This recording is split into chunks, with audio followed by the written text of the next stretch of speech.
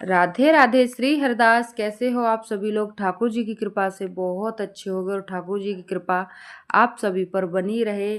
और आप सभी को कार्तिक मास की कृष्ण पक्ष की रमा एकादशी की ढेरों शुभकामनाएं। और आप सभी को रमा एकादशी की कथा सुनाती हूँ, तो आप सभी ध्यान पूर्वक सुने और पूरी एंड तक सुने। और इस कथा को, एकादशी की कथा कोई सी भी हो, सुनने वाले को और सुनाने वाले को और व्रत रहने वाले को और न रहने वाले को बराबर फल मिलता है। तो सभी सुने। बोल रमा एकादशी मैया की जय। धर्मराज युधिष्ठिर बोले, हे भगवान, अब आप मुझे कार्तिक मास के कृष्ण पक्ष की एकादशी की कथा सुनाइए। इस एकादशी का नाम क्या है तथा इसके कौन कौन से पुण्य हैं, कौन कौन से फल मिलते हैं? श्री कृष्ण भगवान बोले कि हे राजराजेश्वर, कार्तिक मास की कृष्ण पक्ष की एकादशी का नाम रमा है। इसके व्रत से समस्त पाप नष्ट हो जाते हैं। इसकी कथा इस प्रकार है, जो कि आप सुनिए। प्राचीन काल में मुचकुंद नाम का एक राजा राज्य करता था। उसके इंद्र, वरुण, कुबेर, विभीषण आदि मित्र थे। वह सत्यवादी और विष्णु भक्त था। उसके लिए उत्तम चंद्रभागा नाम की उसके एक लड़की उत्पन्न हुई। उसने उस लड़की का विवाह राजा चंद्रसेन के पुत्र शोभन के साथ किया। एक समय जबकि वह अपनी ससुराल में थी, एक एकादशी पड़ी। चंद्रभागा सोचने लगी कि अब एकादशी समीप आ गई है, परंतु मेरा पति अत्यंत कमजोर है, इसलिए वह यह व्रत नहीं कर सकते। परंतु मेरे पिताजी की आज्ञा कठिन है। अब दसवीं आई तब राज्य में ढिढोरा पिट गया।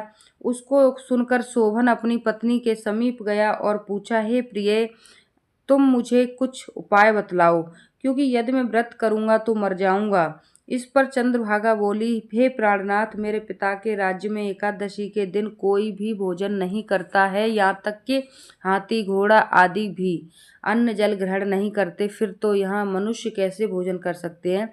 यदि आप भोजन करना चाहते हैं तो यहाँ से दूसरे स्थान को चले जाइए, क्योंकि यदि आप इसी स्थान पर रहोगे तो व्रत करना ही पड़ेगा।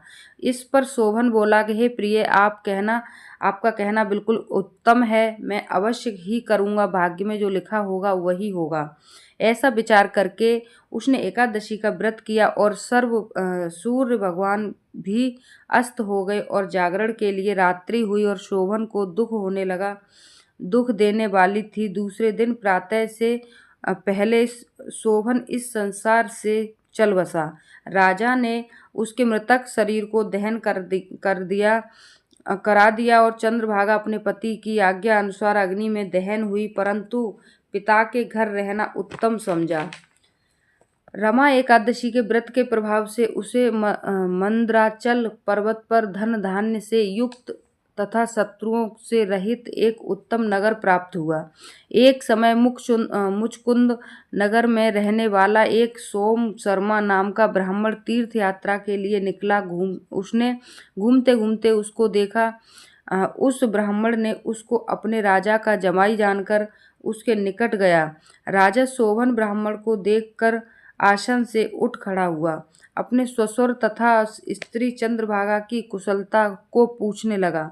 सोम शर्मा ब्राह्मण बोला कि हे राजन, हमारे राजा कुशल हैं तथा आपकी पत्नी चंद्रभागा भी कुशल हैं। अब आप कृपया वृतांत बतलाइए।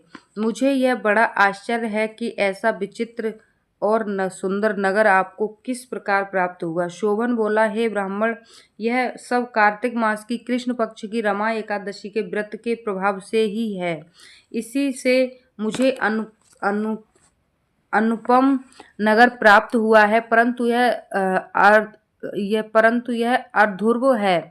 इस पर ब्राह्मण बोला कि हे राजन, यह अध्रुव क्यों है और ध्रुव किस प्रकार से हो सकता है, सो आप मुझे समझाइए। मैं आपके कहे अनुसार ही करूँगा। आप इसमें किंचित मात्र भी झूठ ना समझें। शोभन बोला कि हे ब्राह्मण, मैंने श्रद्धा पूर्वक व्रत किया था, उसके प्रभाव से मुझे यह नगर प्राप्त हुआ था। इस वृतांत को राजा मुचकुंद की पुत्री चंद्रभागा ने से कहोगे तो इसको ध्रुव बना सकती है। ब्राह्मण ने वहां आकर चंद्रभागा से समस्त वृतांत कहा। इस पर राजकन्या चंद्रभागा बोली, हे ब्राह्मण, आप मुझे उस नगर में ले चलिए। मैं अपने पति को देखना चाहती हूँ। मैं अपने व्रत के प्रभाव से उस नगर को ध्रुव बना लूंगी।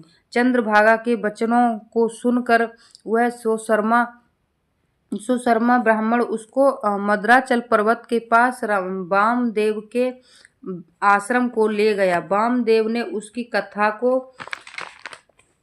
को सुनकर चंद्रभागा का मंत्रों में अभिषेक किया। चंद्रभागा मंत्रों तथा व्रत के प्रभाव से दिव्य देह धारण करके पति के पास चली गई। शोभन ने अपनी स्त्री चंद्रभागा को देखकर प्रसन्नता पूर्वक अपने वाम अंग में बिठाया। चंद्रभागा बोली, हे प्राणनाथ, अब आप मेरे पुण्य को सुनिए। जब मैं अपने पिता के गृह में 8 साल की थी तभी से मैं यथाविधि एकादशी का व्रत करने लगी हूँ। उन्हीं व्रतों के प्रभाव से आपका यह नगर ध्रुव हो जाएगा और समस्त कर्मों से युक्त होकर प्रलय के अंत तक रहेगा। चंद्रभागा दिव्य रूप धारण करके तथा दिव्य आभूषण तथा वस्त्रों से सजकर अपने पति के साथ आनंद पूर्वक रहने लगी। शोभन भी उसके साथ आनंद पूर्वक रहने लगा। हे राजन, यह मैंने रमा एकादशी का महत्व सुनाया है। जो मनुष्य इस रमा एकादशी के व्रत को करते हैं उनको समस्त ब्रह्मा हत्या यानी ब्राह्मण हत्या आदि के पाप नष्ट हो जाते हैं। जो मनुष्य रमा एकादशी का महत्व सुनते हैं व सुनाते हैं वह अंत में विष्णु लोक को जाते हैं। बोल रमा एकादशी मैया की जय। इस तरीके से मैंने आपको रमा एकादशी की कथा सुनाई, महत्व सुनाया, फल सुनाया और आप सभी ने पूरा ध्यान पूर्वक सुना होगा। तो जितना फल व्रत रहने वालों को मिलता है उतना ही प्रभु के प्रेमियों को एकादशी की कथा सुनने वालों को मिलता है। तो इसी के साथ साथ अब मैं करूँगी पूजा आरती वगैरह आगे की, क्योंकि आज एकादशी है। एकादशी मैया का आरती भी करूँगी। और जो भी ठाकुर जी के प्रभु प्रेमी सुन रहे हैं तो चैनल को सब्सक्राइब जरूर कर लेना। सब्सक्राइब के साथ साथ बेल आइकन प्रेस कर देना ताकि आपको हर छोटी बड़ी वीडियो सबसे पहले मिले।